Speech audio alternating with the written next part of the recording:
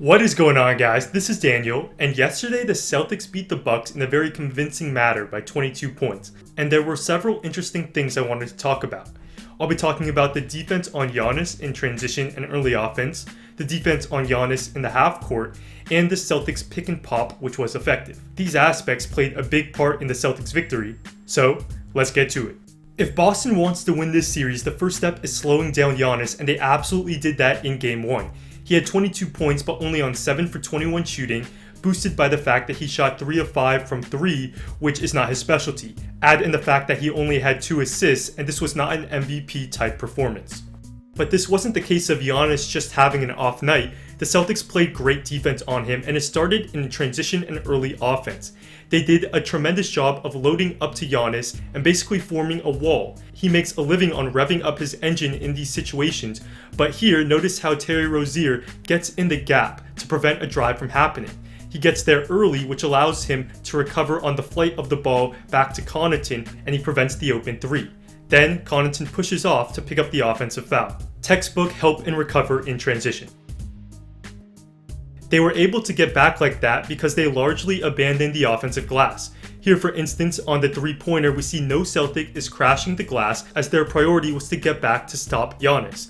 And on this play, we see the Bucks don't have great spacing, 3 guys on one side of the floor, 2 of whom are still near half court. So the Celtics nicely recognize this, and they pretty much double Giannis as he's crossing half court. And I don't care who you are, trying to go through 2 NBA defenders just likely isn't going to work out. And what was so impressive was the Celtics' execution and urgency with this strategy. So here Horford misses, but notice how he sprints back to get into position to wall off Giannis. Tatum is doing the same thing on the other side, so Giannis has nowhere to go. Plus, Horford recovers on the kickout pass to contest Lopez's 3. Terrific defense. Now, because of the help in transition, the Bucks did get a few open 3s, but the Celtics were glad to give up a few of these shots versus letting Giannis drive to the basket. Also, in the regular season, one of the Bucks' most effective plays was this. A guard would bring it down on the sideline, reverse it to Giannis, and now Giannis can attack with a full head of steam with 5 out spacing, and here he scores. But every time the Bucks tried that in this game, the Celtics were ready. So here the reversal goes to Giannis, and immediately there are 3 Celtics players forming a wall to prevent Giannis from driving, and on this play the Celtics do get a stop.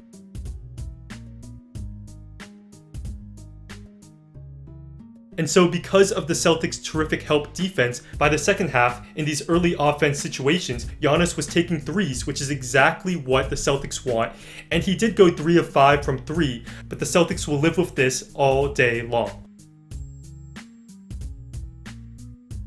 The Celtics' half-court defense versus Giannis was much of the same.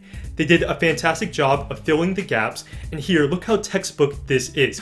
Horford and Hayward are both guarding players on the wing, and they're both in a stance, butts low, arms out. This is the type of defense you need to play versus Giannis, and on this play, Giannis tries to zip it over to Connaughton, but notice how Hayward is perfectly positioned, so he can still recover to Connaughton and contest the long 3. Also, the Celtics were not afraid to sell out versus Giannis when they had to. So this is what I mean. So on this play, the Bucks run a clever play where Bledsoe screens for Giannis, and the Bucks get an advantage because of this. But instead of letting Giannis dunk, notice how Morris completely helps one pass away off of Connaughton, and he can do that because he doesn't want to give up a dunk, but also because he knows Jaylen Brown will scramble out to Connaughton to contest the 3. This is terrific rotating on a string. But in the half court, the Celtics' biggest reason for slowing down Giannis was Al Horford. His individual on-ball defense was tremendous, and here we see he doesn't even need much help at all. He stonewalls Giannis by himself, and the Celtics force an extremely tough shot.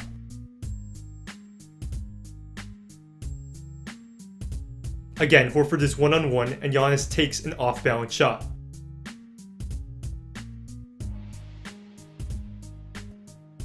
And when Horford wasn't in the game, Aaron Baines was on Giannis, and this turned out to be a savvy decision by Brad Stevens. Baines is not the quickest player, but his size gave Giannis some issues, and here he holds his own one-on-one.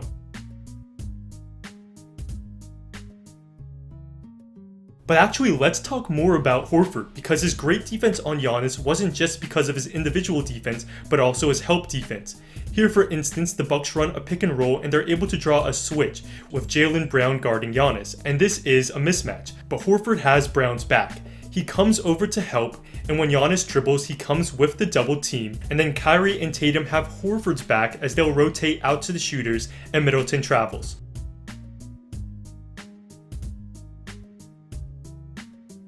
And I love this play. So Marcus Morris is on Giannis here, which is not the best matchup for the Celtics, but Horford doesn't come to double Giannis right away, as that would be an easy passing read for Giannis. So Horford waits a few more dribbles until Giannis spins baseline.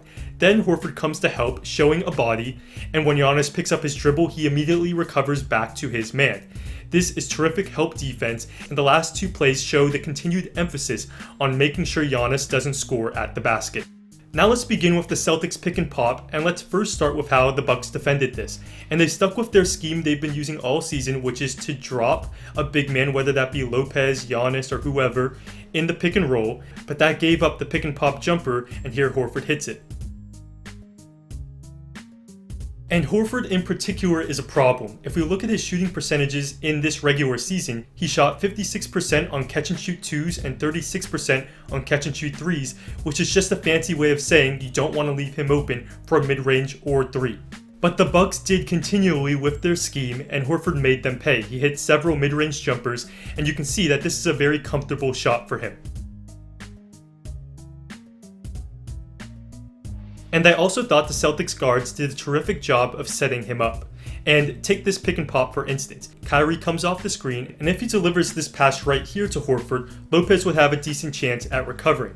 But because he takes one more forceful dribble toward the basket, this not only creates more separation between Horford and Lopez, but now Lopez's momentum is going opposite of Horford. And on the pass to Horford, Lopez has no shot at recovering in time. And the same thing happens here to Giannis. So Giannis is guarding Horford and the Celtics run the pick and pop, and Kyrie does a great job of making Giannis commit his momentum to him on the drop, which frees up Horford for 3. And what makes Horford special is his ability to also attack closeouts very well. So here in the drop, Giannis actually recovers to run Horford off of the 3-point line, but Horford simply puts it on the floor and draws a foul. Now, in the fourth quarter, the Bucks were obviously frustrated with Horford hitting so many shots. So this play happened. Horford pops, and Sterling Brown decides to make that rotation from the top in anticipation of the pop and to take away that 3. But notice how Jaylen Brown is already cutting toward the basket. This is because the Celtics see this all the time, and this is their counter to a stunt or a rotation like this. He gets behind Sterling Brown, Hayward sees this all unfold, and he delivers a pinpoint pass to Jaylen Brown. Now, a reasonable question is, if you're getting killed with the drop, why not switch this two-man game? And the answer is pretty simple. Kyrie and Horford are elite at attacking even the slightest of mismatches. So if you start switching, you may get burned because not every defender the Bucks have is Giannis.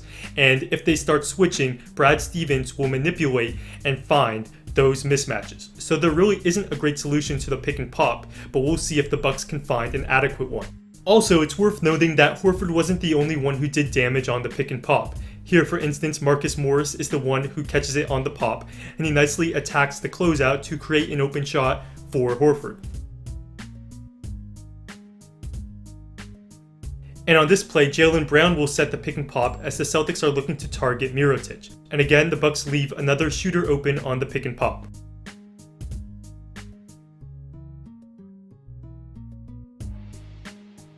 So, I'll be curious to see how Giannis responds to the added help and if the Bucks adjust to defend the Celtics pick and pop.